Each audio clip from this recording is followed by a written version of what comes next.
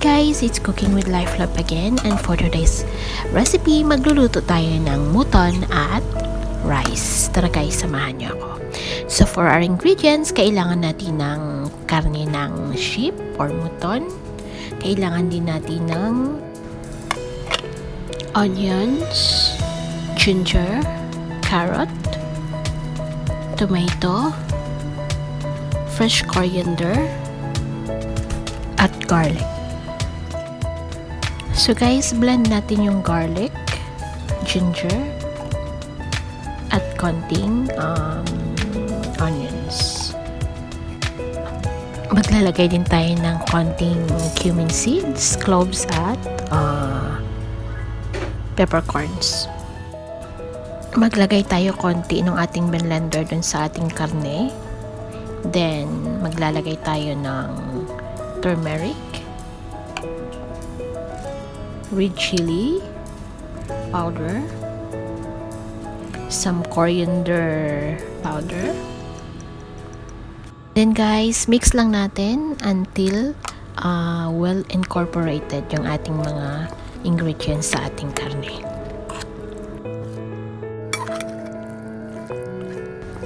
Guys, naglagay din ako ng asin guys. Ayan. So, pwede rin kayong maglagay ng lemon. So, this one, hindi ako naglagay ng lemon guys. So, marinate lang natin guys for 30 minutes or overnight. After 30 minutes guys, i-sear lang natin yung ating karne sa ghee. So, mabango kasi yung ghee guys. So, pwede rin kayong gumamit ng butter or yung normal na cooking oil or vegetable oil.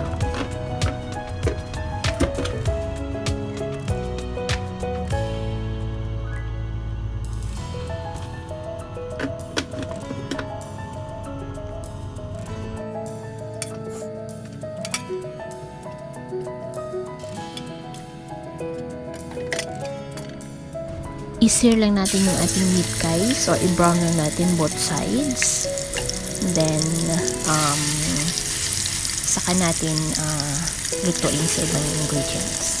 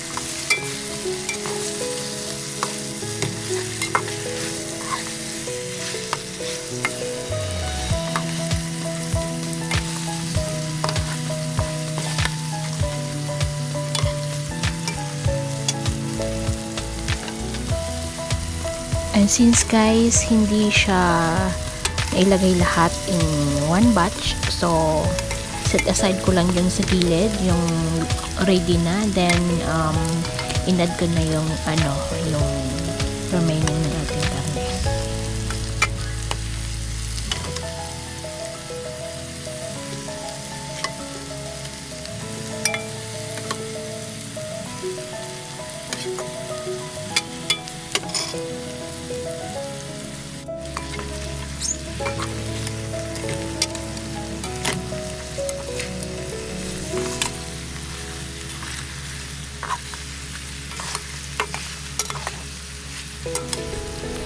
So guys, since tapos nang isir yung ating karne. So, let's add in the rest of our ingredients. Yung ating kamatis, onions, yung blender natin. So, add in lang natin guys, then mix it.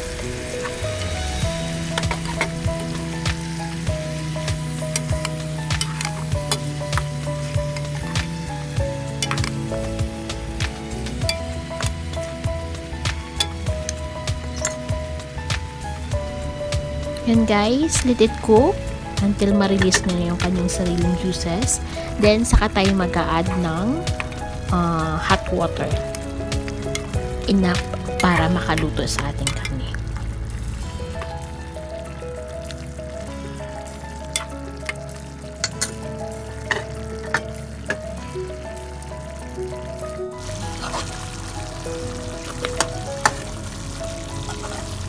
So guys, kung gusto niyo siyang i-pressure, pwede rin para mas madali. So, usually gumagamit ako ng pressure guys. Pero yung karne na to is hindi siya masyadong matanda.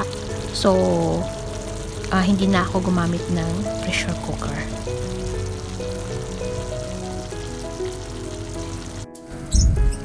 So this time guys, mag-add tayo ng hot water, enough para makaluto sa ating or mapagpalambot sa ating karne. Ayan. So, pwede rin kayong mag-add later on pag konti na lang yung kanyang tubig.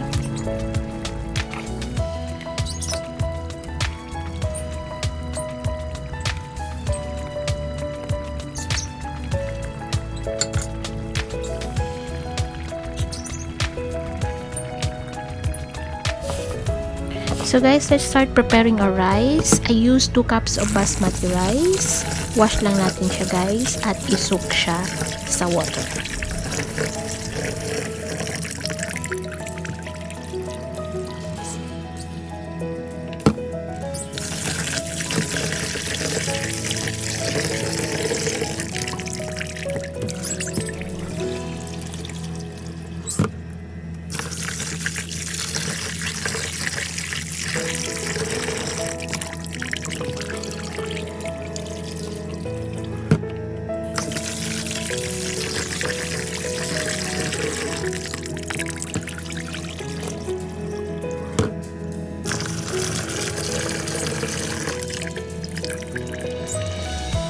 So guys, nakalimutan ko pala yung aking cinnamon stick at saka yung aking cardamom at saka yung salt. Ayan, add na rin kayo guys. Pwede pa namang ihabol. Ayan.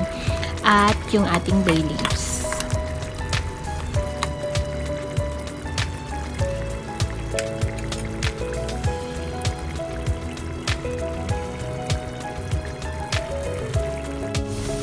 Guys, let's start cooking our rice. Nagpakulo ako ng water. Nag-add ng cardamom at saka cinnamon stick and salt. Then, add lang natin yung ating basmati rice.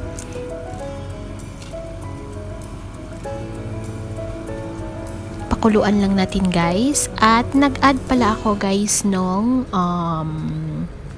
green peas na nasa fridge. Ayan, frozen siya guys. Medyo matigas, so hinalo ko na lang siya sa rice para lumambot ng konti.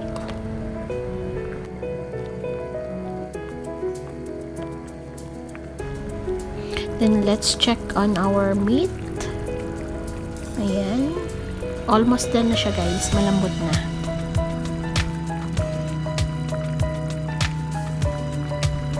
And let's go check our rice is ready na rin guys. So drain na natin siya guys. So it's like 80% or 85% na luto na siya guys, kasi lulutuin pa natin siya ulit mamaya. So drain na natin siya guys. And let's fry our onions. So guys, dito ko na siya finry sa pinaglutuan natin ng rice kasi ibabalik din natin yung rice dito later. So fry lang natin until brown yung ating onions. Add in a little bit of salt. So ghee rin yung ginamit ko guys, or you can use butter para mas masarap or may aroma siya guys.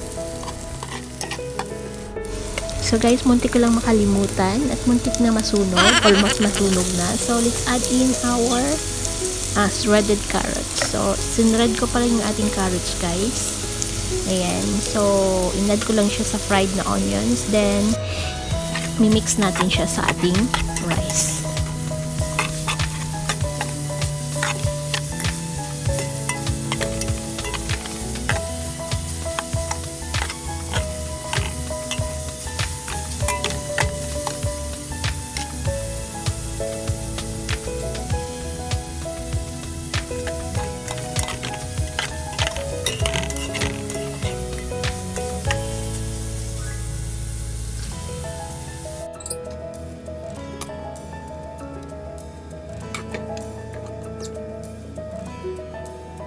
So guys, mix lang natin sa rice yung ating fried onions at shredded carrots. Then, balik natin siya sa ating cooking pot at hinaan lang yung apoy.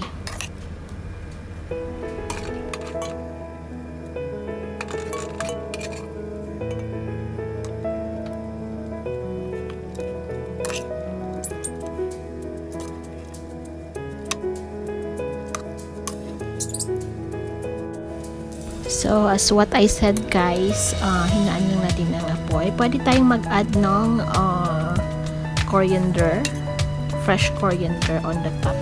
Mix a little bit. At naglagay rin ako ng chilies.